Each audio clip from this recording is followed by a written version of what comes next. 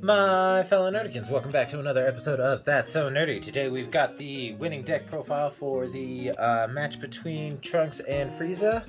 And for those who watched the video, you already know, but the deck that won was Last Resort Frieza. This is Tommy's deck. He's put a lot of time and effort into making this deck good because he was trying to build Cell Surge, and then right as he started buying all the cards, and the expensive cards at that, sorry Tommy, they banned it. So he has been looking for a decent hand control leader, and that way he can utilize the cards that he bought. And I think we've come up with something pretty decent here. I'm not gonna lie, it is really annoying to play against. But this is an older leader. It comes from it is a starter deck 13. I think this came out in set 10. I could be wrong. I'm pretty sure it came out set 10 because the starter deck does come with a Unison. So I think this was one of the set 10 starter decks. It could be a set 11 starter deck, but I don't think set 11 had starter decks. I could be wrong about that. That was right when I was getting into the game. But I digress. So for those who don't know, this leader's got a permanent that you cannot include Saiyans in this deck, period. No super comas, no nothing like that. So no Saiyans in this deck. And an auto, choose one Frieza's Army card in your battle area and place it in your owner's drop area. When this card attacks a leader card, your opponent chooses one card in their hand and discards it, then you add up to one card from your life to your hand. So that is kind of a pain because if you don't have that Frieza's Army card on the board, then you can't proc the ability to take a life, and you actually don't make your opponent rip a card. So it's actually really important to get that Frieza's Army on the board, and then it's got a normal awakening of when you're at 4 or less, you get to draw a card and restand an energy, so it's a hybrid awakening. And then on the awakened side, we've got Last Resort Frieza. Now on attack, you get to draw a card, and you've got an activate main, so you don't have to attack to do it anymore, where you can pop one of your Frieza's Army cards, and then you get to now choose the card that your opponent discards from their hand. Whereas on the front side, your opponent gets to choose the card that gets ripped. On this side, you get to choose, which really can come to bite your opponent in the ass. It really, really can. Alright, let's get into the Unison package. So we are running, Tommy's running 4 copies of Frieza Invader from Another Dimension. This is mainly for self-awakening because you can play it out turn 1, so you can actually turn your charismatics on turn 1. And then you plus 1, take a life, add up to 1 life. And then at the end of your turn, you get to play a Frieza's Army token. Yeah, Frieza's Army token with 10,000 power. Unfortunately, because the leader says that you have to place the Frieza's Army card into the drop area, you actually can't use these tokens to proc the leader's ability, since once the tokens leave the battlefield, they fizzle, so they never actually hit the drop area, so you can't actually place them in your drop area. So that kind of sucks, but what that token is useful for is if your opponent swings into this Unison, you can, instead of taking the marker off your Unison, you can pop one of your Frieza Army tokens instead. So that's just so you can turn your charismatics on early, and so you can self-awaken if your opponent's trying to stall you out, and if you haven't been able to play out your Frieza's armies to be able to self-awaken that way as well. And then the second Unison in this deck is Dark Broly Overwhelming Evil, and I really, really hate this Unison in this deck, because I'm the one that plays against it. Don't get it twisted. This Unison is super strong in this deck. It's great for this deck. I just hate going up against it because I don't play hand control. I mean, I could, but I don't. So, double strike, auto once per turn. When a marker is removed from this card by a non-keyword skill, your opponent chooses one card from their hand and discards it. That was an errata made just before Spirit Boost became a thing, because that would have been busted if you ran Spirit Boost as well. And then it's got +2 that you choose one card in your hand, discard it. If you do, your opponent chooses one card in their hand and discards it. And then your opponent chooses one card from their hand, discards it, and then your opponent chooses one of their battle cards and KOs it. And because this forces your opponent to choose, and you're not the one choosing, it actually gets around barrier, which is a huge pain in the ass. I'm not gonna lie. And then the ±0 doesn't ever really come up if your leader is green. Choose up to one of your opponent's unison cards or remove a marker from it. That never comes up. You're always gonna be doing the +2. Because it's going to be ripping cards from your opponent's hand. It's going to be controlling the board. It's just stupid. They let this unison survive, but they had to hit Piccolo Jr. Whatever. Honestly, this unison isn't that big of a deal, but with the leader's ability, I'm pretty sure I forgot to mention, when you pop your Frieza's Army card, you also get to give your unison critical, which is why this guy is such a menace, because you get to give him double strike crit. 20 double strike crit in a hand control deck is stupid oppressive. I hate it. If you guys can't tell, I'm a little salty about this deck because I don't like going up against hand control. Nobody really does. Hand control sucks to go against. We're running 4 copies of Chilai Frieza Force Soldier. It's a 1-drop. When you play her, you get to draw a card. And then activate main. If you tap 2 energy, you can play a green Frieza's Army card with an energy cost of 2 or less from your deck, and then shuffle your deck. So if you're not seeing the cards that you need to see to get your engine going and to make things run how you want them to run in the deck, Chilai is just a consistency piece to help you get to that point where you actually can get the cards that you need to cycle with your unison. And one of those cards, right here, is Dodoria, Frieza's Devoted Servant. Because it's got an auto of, if your leader card is a green Frieza card and you have a green unison card in play, if this card is placed in your drop area from your hand by a skill, you may play this card from your drop area. So what you do is you +2 on your unison, rip a card from your opponent's hand, they KO battle card, you pitch this one to pay for the ability, and when you pitch it, it gets played right out to the battlefield, and then you proc your leader's ability to KO it, and then you give your unison critical. Really, really good synergy. Really annoying to deal with, especially if you don't have any counters that are going to take counterplays that are going to take this off of the board when it comes into play.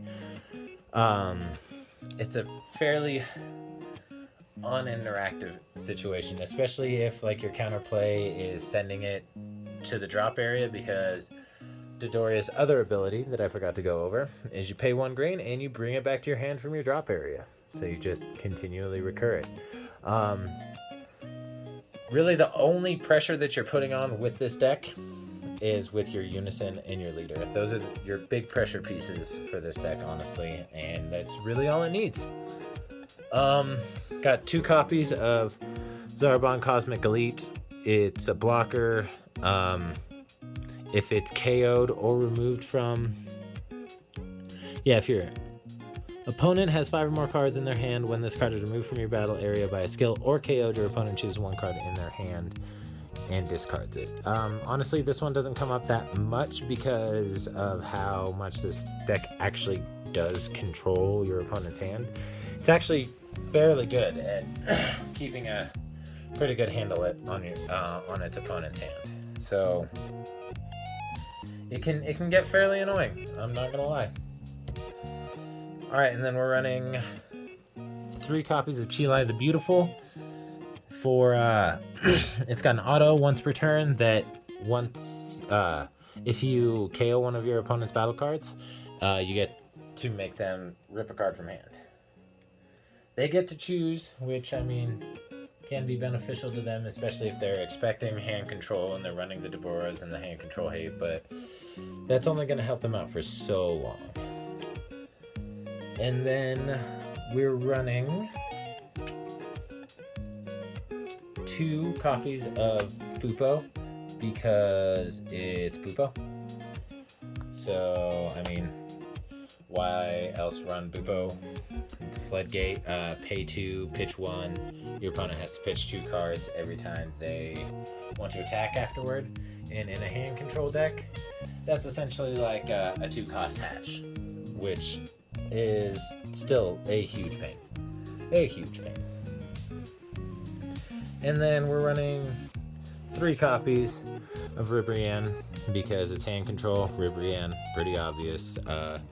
Activate main, pay 2 green energy, send this from your drop to your warp. Your opponent rips 2 cards from hand.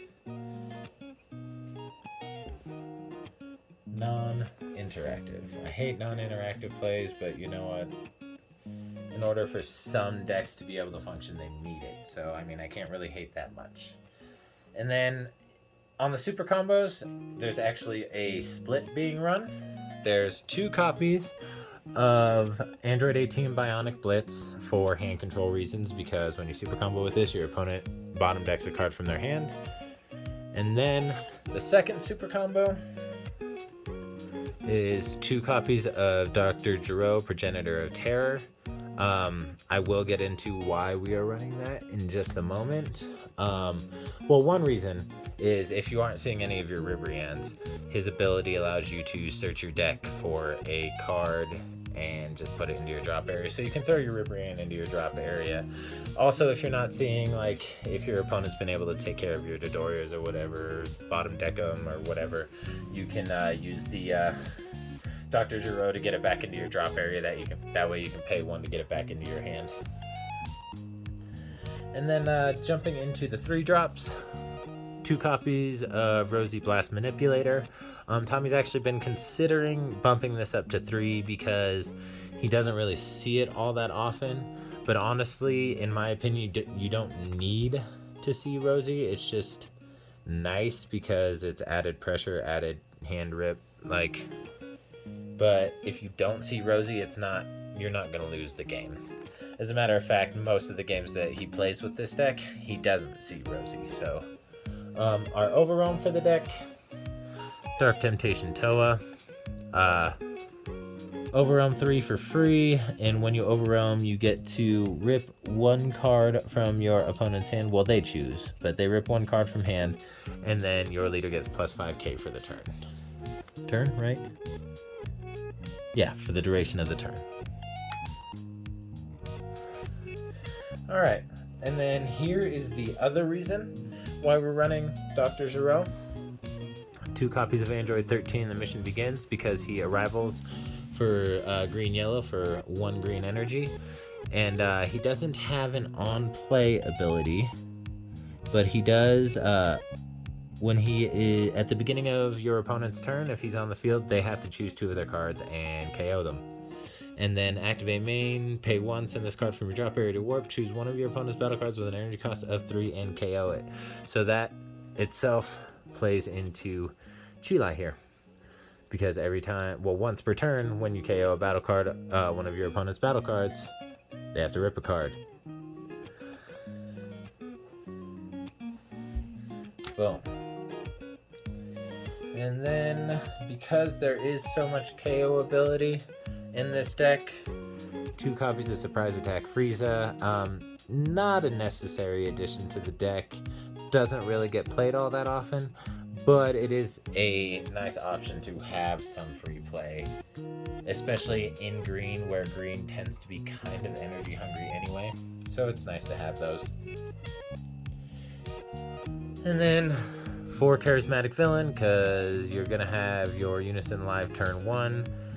So you are going to be able to just keep their board presence low straight from the beginning, because turn 1 you want to be playing out your Unison. That's typically going to be your turn 1 play.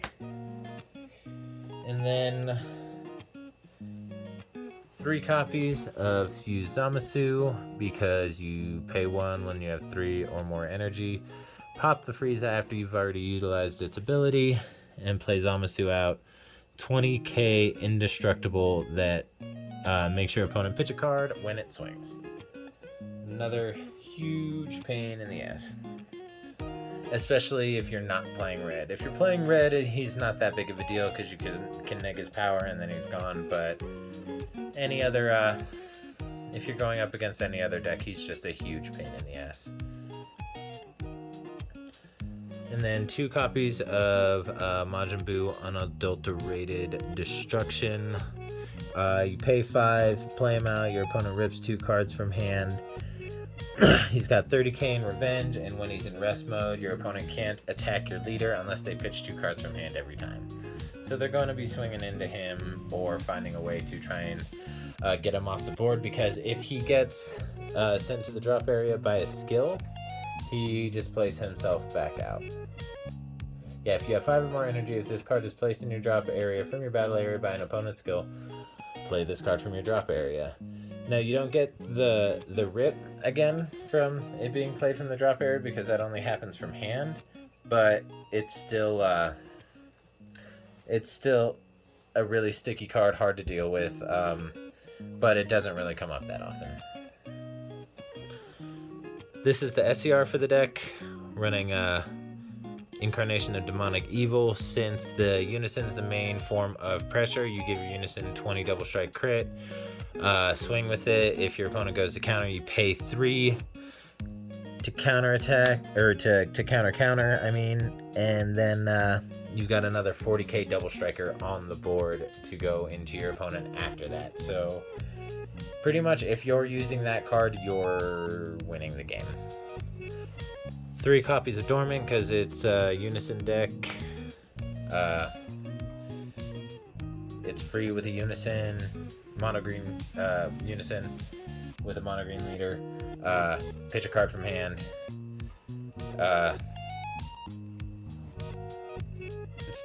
Your opponent gets 1 more attack. 3 copies of Shocking Death Ball, Sparking Negate. When you have 5 or more in your drop area, take a life, play that, and it'll KO a 2 or less. And the last of the negates is 2 homie clones. The blocker negates aren't as strong as they used to be, but they are still really good. And now with Piccolo Jr. Unison getting that hit to limit it to 1, I think these are going to creep back into prominence again, because that Piccolo Jr. Unison just kind of nullified these counters. But that's the Frieza hand control deck, Last Resort Frieza. If you guys like this video, smash that like button, comment, and subscribe. Do all that YouTubey stuff. Hit the bell so you can know when I drop stuff. If you would like to see more of Tommy's decks on the channel, just leave some comments down in the comment section below. Typical rule for my channel is a deck has to win in the gameplay video in order to earn itself a deck profile video. So if there's any suggestions that anybody wants to see, throw it out there and we'll see if we can make it happen. But until next time, y'all just stay nerdy.